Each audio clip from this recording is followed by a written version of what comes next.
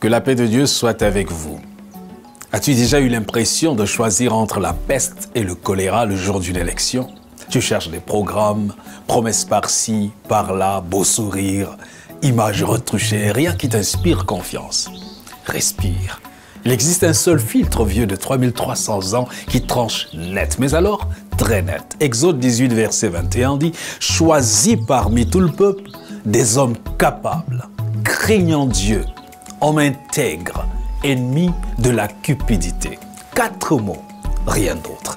Ils suffisent à passer la plupart des candidats au crible et laissent 99% d'entre eux sur le carreau. C'est une consigne de vote. Jéthro, le beau-père de Moïse, regarde son gendre gérer 2 millions de personnes tout seul. Et il lui lâche, il lui dit « Tu vas y passer, toi et eux ». Et quelle était sa solution? Recruter des leaders avec 4 critères capables, craignant Dieu, intègres et ennemis de la cupidité. Pas un mot sur l'image ou les sondages, juste cela. Capable, en hébreu, le mot signifie compétent et efficace. Pas juste un diplôme. Quelqu'un qui a déjà résolu un vrai problème de santé, de budget, de logement, d'emploi et que sais-je encore. Montre-moi le dossier qu'il a piloté jusqu'au bout. S'il n'a que de belles intentions, on passe au next, au suivant.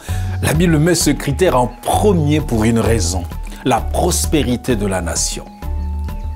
Quand les justes se multiplient, le peuple est dans la joie. Quand le méchant domine, le peuple gémit. Proverbe 29, verset 2. Deuxième critère, craignant Dieu.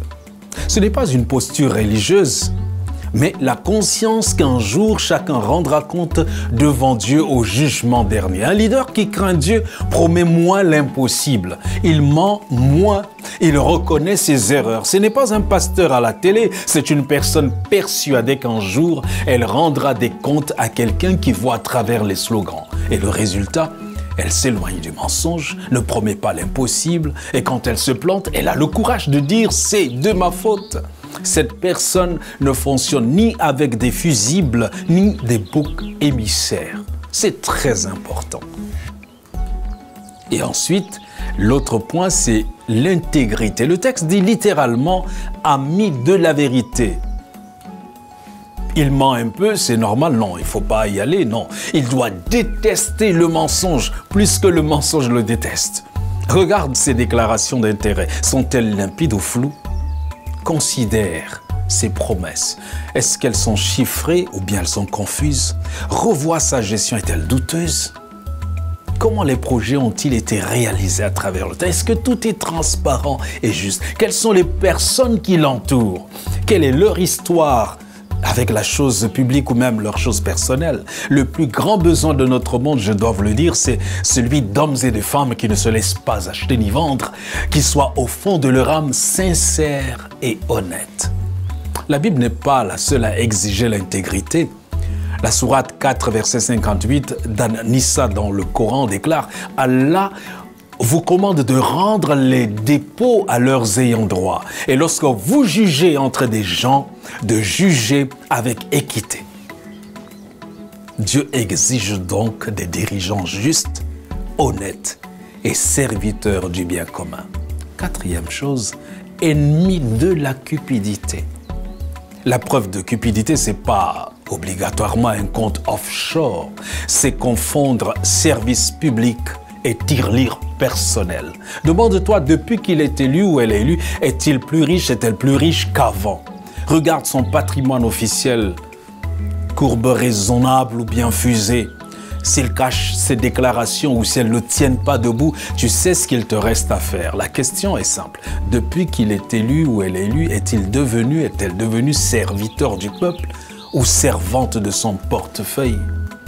Prends ton dernier bulletin, applique la grille. Est-ce que la personne est capable? Est-ce qu'elle craint Dieu? Elle est intègre? Elle est mise de la cupidité? Si un seul point manque, c'est le rouge. Si c'est 2, tu peux dormir tranquille, ce n'est pas le bon. Garde cette grille pour chaque scrutin. Elle est courte, elle est gratuite, elle n'a pas besoin de mise à jour. Votre vote compte plus que vous ne le pensiez. Beaucoup disent, mon vote ne change rien. Et pourtant, L'histoire démontre le contraire. En 1645, un seul vote a donné le contrôle de l'Angleterre à Oliver Cromwell. En 1649, un vote entraîna l'exécution de Charles Ier. En 1776, un vote décida que l'anglais et non l'allemand serait la langue des États-Unis. En 1868, un vote sauva le président Andrew Johnson de la destitution. En 1875, un vote transforma la France en république. En 1923, il suffisait d'un vote pour donner à Hitler. Et ce vote a donné à Hitler le contrôle du parti nazi. Un seul vote peut changer l'histoire. Le vôtre aussi peut y contribuer. Voter, ce n'est pas choisir le moindre mal. C'est appliquer un standard qui ne bouge pas. Et tu l'as en main. À toi de jouer. Que Dieu te bénisse.